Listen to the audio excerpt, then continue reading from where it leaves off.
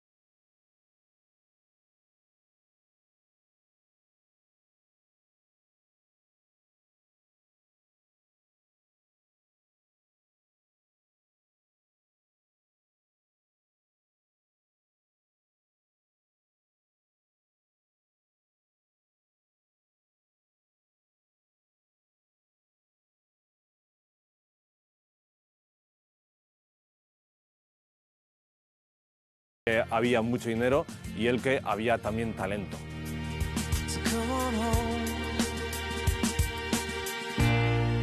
¿Cómo son los nichos y los panteones aquí? Por ejemplo, ¿qué panteones destacarías por su interés arquitectónico? Pues los principales del cementerio de Ballena, pues yo destacaría los de la familia Artiñano, con un estilo neogótico, la familia Martínez, que tiene secesionismo vienés, este que tenemos delante, que es de Isidra del Cerro, que es el más grande que hay en el cementerio de Ballena. El de la familia Lavín está muy bien, que es neogótico barcelonés. Hay algún otro de secesionismo también. Y sobre todo, el que suele ser el más conocido de aquí, del cementerio de Ballena, es el panteón de la familia del Sel, que lo hizo Rucabado para la familia de su esposa y donde finalmente él mismo descansó. Diseñó su tumba, además, en un estilo que rompe con todo lo que hay en Ballena, que es el neoegipcio. Es un panteón muy interesante porque es un panteón donde la iconografía que lo llena es una iconografía egipcia con sus escarabajos, sus palmas de papiro, con toda una serie de elementos. Tiene incluso en los esquinales al dios Horus. En general tiene elementos pues, que nos recuerdan al arte egipcio, ¿no? Aunque luego, como podemos ver, el ángel, aunque va vestido a la moda egipcia, es un ángel completamente clásico porque tiene el naturalismo del arte griego, ¿no? ¿Cuál crees que es el mejor lugar para acabar la visita en este cementerio? Hay un lugar que es muy bueno para empezarla y para acabarla. O bien para empezarla o bien para acabarla, o para las dos cosas, que son los acantilados que hay detrás de él, porque forman parte un poco de la esencia del cementerio, ¿no? Que es la mar. Es un cementerio marítimo, es un cementerio cuya esencia al final es la mar, porque además la gente que está enterrada aquí, aunque la gente que tenía más dinero, los que hicieron estos grandes panteones, eran indianos que venían de América a hacer negocios, la gente humilde que está enterrada aquí, es decir, la mayor parte de la gente, eran marineros.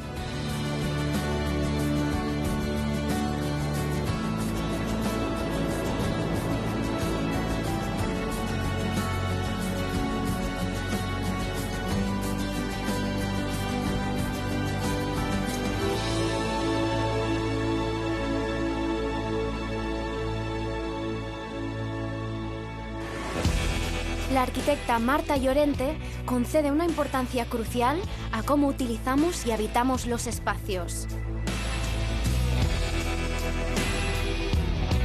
Con ella queremos acercarnos a esos lugares que activan nuestra memoria personal y colectiva.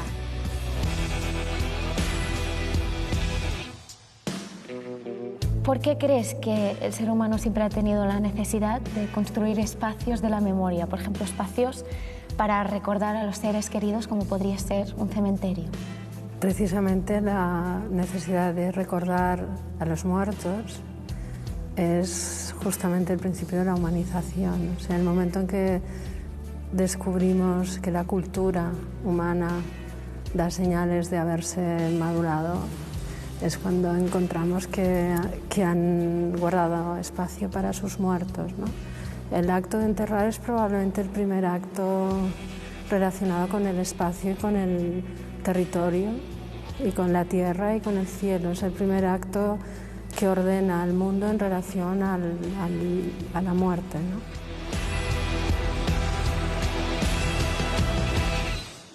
¿Cómo suelen relacionarse los espacios de los vivos con los espacios de los muertos? O sea, ¿qué posición toma un cementerio respecto a una ciudad normalmente? Yo creo, de algún modo, que hay como una gran polaridad en el espacio, ¿no? Para mí el espacio de la muerte es como el espacio de la radical quietud, ¿no? Del estar ahí y de la infinitud. Y el espacio de los vivos es el espacio del movimiento, de la dinámica, del cambio, de la transformación.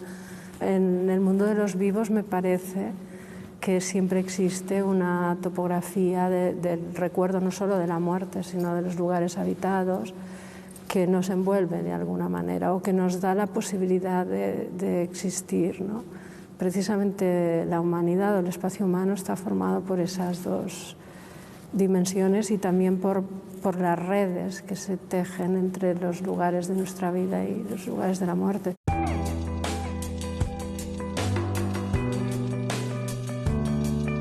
¿De qué nos sirve mirar atrás? Necesitamos mirar atrás, es imprescindible. Es un compromiso ético, no solo personal, el guardar memoria. Se lo debemos a nuestra civilización, a nuestros ancestros, a nuestra cultura, pero también es peligrosa la memoria. Y en cuestiones de espacio, a mí lo que me preocupa es que el espacio no puede soportar tanta memoria tampoco, y toda la civilización y la cultura arquitectónica también ha necesitado seleccionar cuáles son las cosas que necesitamos seguir recordando y también de qué manera seguirlas recordando.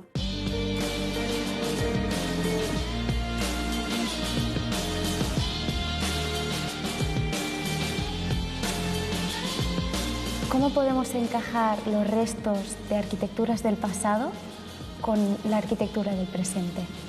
Bueno, los vamos encajando como podemos. Para evitar colisiones ya hay todo un trabajo, no solo de qué tenemos que conservar del pasado, sino cómo vinculamos, incluso a nivel funcional, los restos o las imágenes del pasado. Y entonces tenemos que saber articular el espacio nuevo, el espacio vital, el espacio del movimiento con estos elementos, ¿no? Y que dialoguen también, ¿no? En los campos de Pedrosa de la Vega, en Palencia, pervive parte de nuestra memoria, de nuestro pasado. Allí, un 5 de julio de 1968, se descubrió el yacimiento arqueológico de la villa romana de la Olmeda. Una gran mansión rural del siglo IV con espléndidos mosaicos que fueron encontrados fortuitamente por el terrateniente Javier Cortes, mientras realizaba trabajos agrícolas en el Pago de la Olmeda.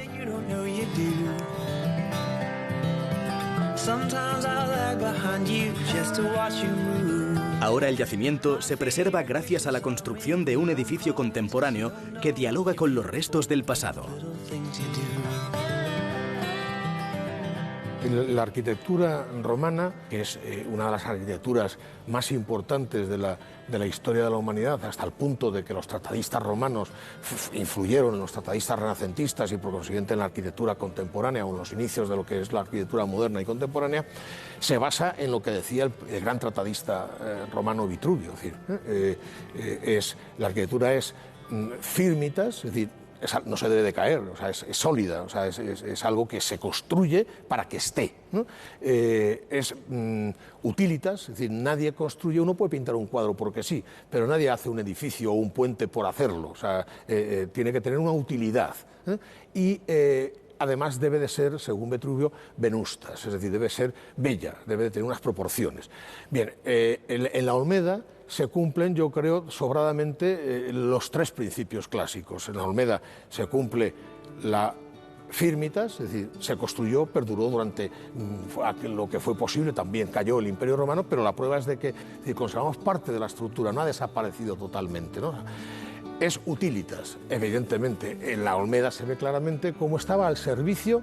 En este caso es la mansión de un dominus que tiene un territorio que controlar y al que sacarle beneficio agrícola y que eso hace que el edificio se construya de una forma determinada, no se construye porque sí. Y hombre, que es venustas, no hay más que verlo, no hay más que ver cómo nos impresiona todavía, 16 siglos después, nos impresiona ver la calidad de los mosaicos. Incluso esta misma arquería que se encontraron los tres primeros arcos tumbados y luego se reconstruyó entera con el material que teníamos de la Olmeda, como fichas de dominó, demuestran las proporciones adecuadas, la escala humana, pero además de ser una escala humana, es sin embargo una escala en la que uno ve la grandeza de la construcción del hombre.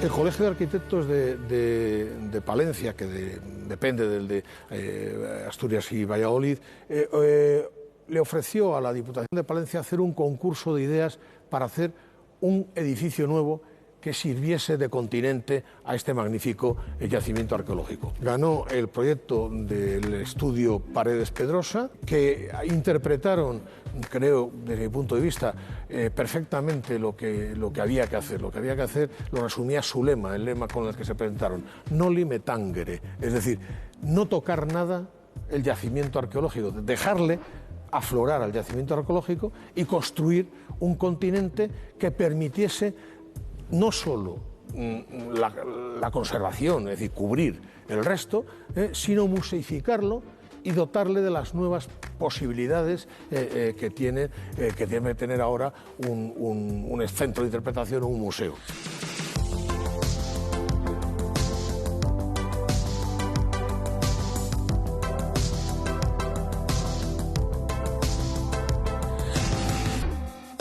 Bueno, evidentemente, cuando se construye un edificio para contener un yacimiento arqueológico, el edificio puede ser neutro, es decir, bueno, no aporta, neutro desde el punto de vista de si aporta algo o no aporta nada. Puede ser neutro y no pasaría nada. Yo creo que la Olmeda antigua tiene la gran suerte de que se ha encontrado con una pareja contemporánea. ¿Qué aporta el edificio nuevo a la Olmeda? Le aporta la plusvalía, no solo de la utilidad que tiene, que es para la que se ha hecho, que es para gestionar la Olmeda, sino el que, hombre, aquí vienen visitantes que vienen a ver el edificio nuevo. Vienen a ver esas 4 grandes vigas que soportan casi 600.000 kilos encima, o el sistema de metacrilato, o las chapas oxidadas con el yagueado que mimetiza el paisaje.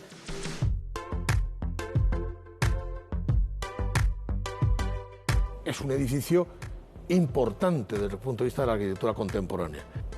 La Olmeda antigua tiene un edificio nuevo, la nueva Olmeda, y ambos forman ya, afortunadamente, una simbiosis en la que, bueno, a lo mejor a alguien le ha hecho falta acostumbrarse, ¿no? O sea, pero que dentro de unos años nadie entenderá lo de abajo sin verlo de arriba y viceversa.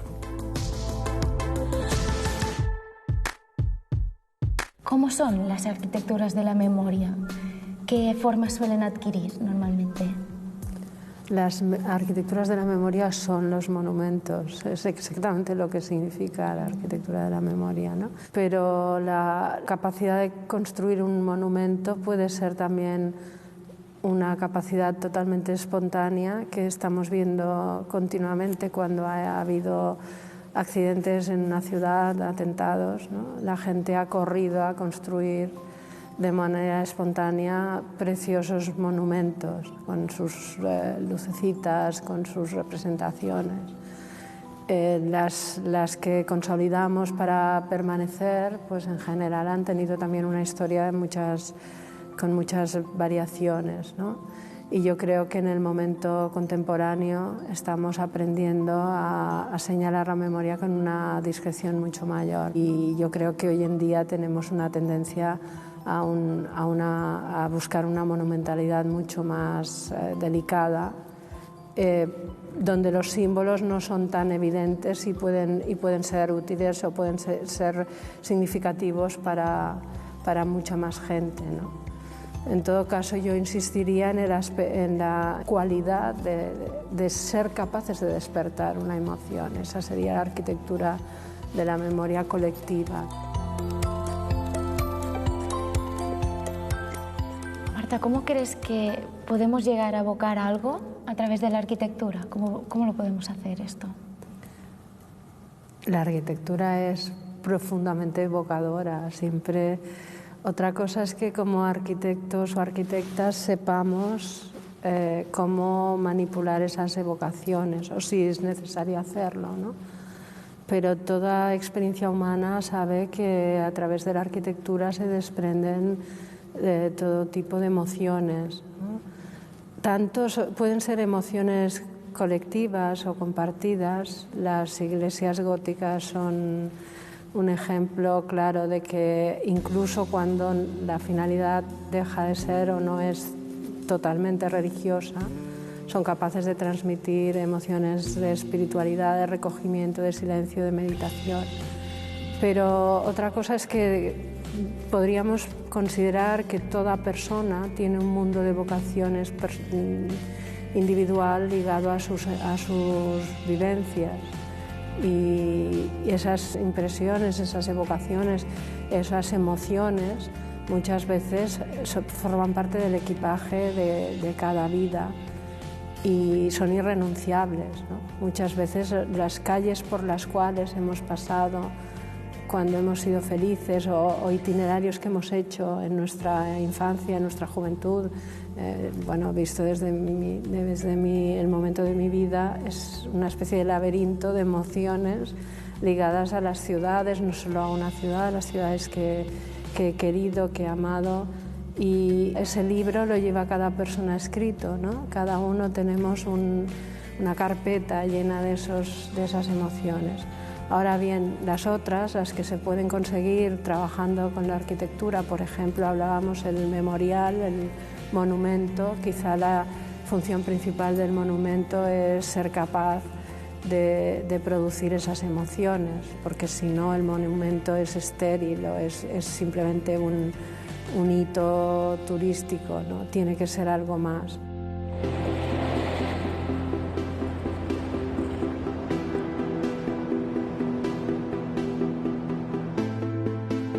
Muchas veces, sin saberlo, transitamos por lugares donde la historia dejó su huella. Y en algunos casos hay arquitecturas que actúan como memoriales y mantienen presente, aunque pase el tiempo, lo allí vivido. Sí, esta estación de Portbou pues acumula una densidad de multiplicidad de historias y memorias, como se puede suponer, de personas, de industrialización, de contacto con Europa, de aislamiento también, no solo de contacto y de viajes, sino de aislamiento, de exilios, de conflictos y de comunicación. Y básicamente, junto con Canfranc y Irún, pues eran los puntos de comunicación con el exterior, con Europa, símbolo también del progreso y del comercio sobre todo. Pero aparte también durante el siglo XX, durante las guerras, la Guerra Civil Española, la Segunda Guerra Mundial, pues está llena de de dramas personales, familiares, también de resistencias y de historias y de memorias acumuladas en estos puntos fronterizos. La frontera de per se es un lugar de una densidad memorial histórica inabarcable, ¿no? Y sobre todo pues, en el conflicto que tuvimos aquí en España, ¿no? En la Guerra Civil 1936-1939, pues aquí pasaron más de 80.000 personas en dirección a Francia, mujeres, niños, soldados de la República, que cruzaron estas vías, que cruzaron la carretera de aquí del Coll de Balitres, la playa de Portbou, fueron bombardeados desde mar, también desde aire, y podemos encontrar trazas de muchas memorias de este conflicto y también de la Segunda Guerra Mundial. Judíos, aliados, alemanes que escapaban del nazismo, franceses que escapaban del nazismo, que buscaron en la España franquista, donde no había libertades, pero un lugar de huida y de refugio también.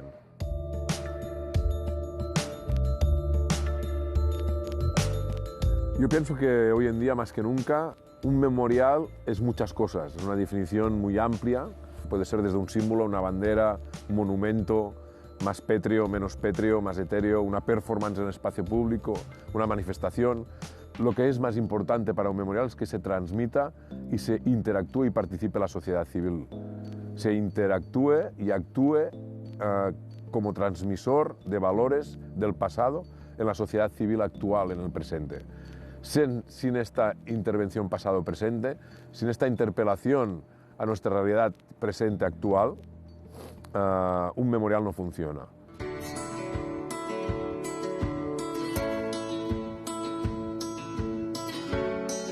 La interacción del arquitecto con el contenido histórico y memorial, con la investigación, con el historiador, cada vez es más importante y imprescindible y necesaria. En algunos ejemplos de creación de memoriales o de resignificación de antiguos monumentos, nazis o franquistas, incluso hay urbanistas, arquitectos, pero también urbanistas, porque afectan al trazado urbano, o diseñadores de espacio, porque afectan a zonas protegidas, por ejemplo, en el Parque Natural del Vercors, ¿no? Donde el memorial y el arquitecto tuvo que trabajar con biólogos, con la dirección del Parque Natural y también, obviamente, pues, con paisajistas, porque el memorial tenía que estar muy bien integrado en el paisaje y, de hecho, está así.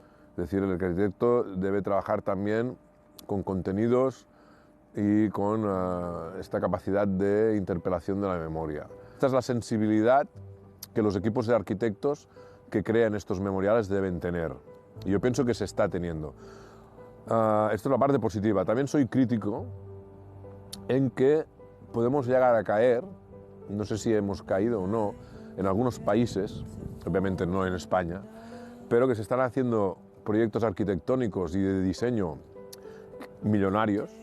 En el museo que ha ganado muchos premios, y yo lo pongo como ejemplo, Polin, el Museo Judío de Varsovia, ocupa más lugar, 3 plantas enteras, los nombres en letras gigantes de los patrocinadores, que la pared que está en la sala de la exposición permanente de los nombres de las víctimas. Entonces eso a mí me genera, de alguna manera me genera inquietud, ¿no? Por eso es importante que el equipo sea disciplinar, que sea muy sensible a la interpelación de la memoria en el espacio público.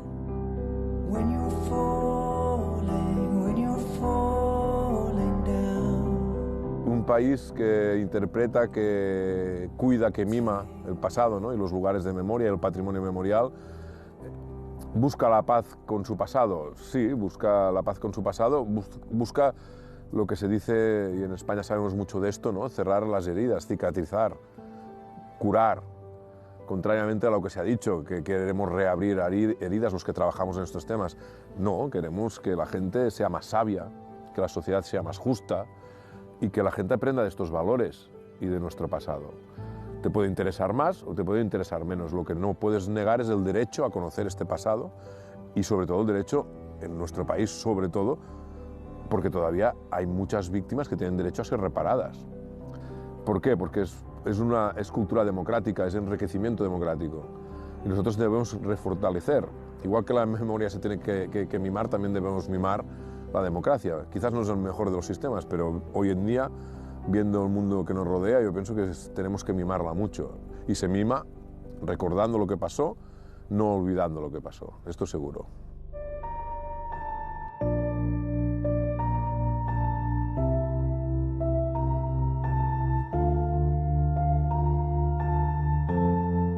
Hemos empezado nuestra visita por Bow en la estación de tren.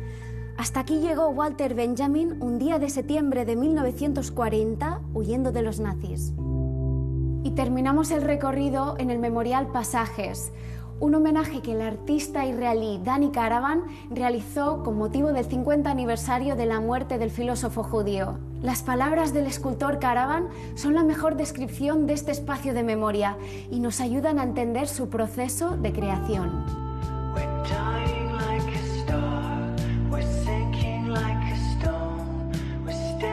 La primera vez que vine a Portbou, percibí de inmediato y con claridad que este lugar situado junto a donde Walter Benjamin está enterrado sería el lugar para mi proyecto.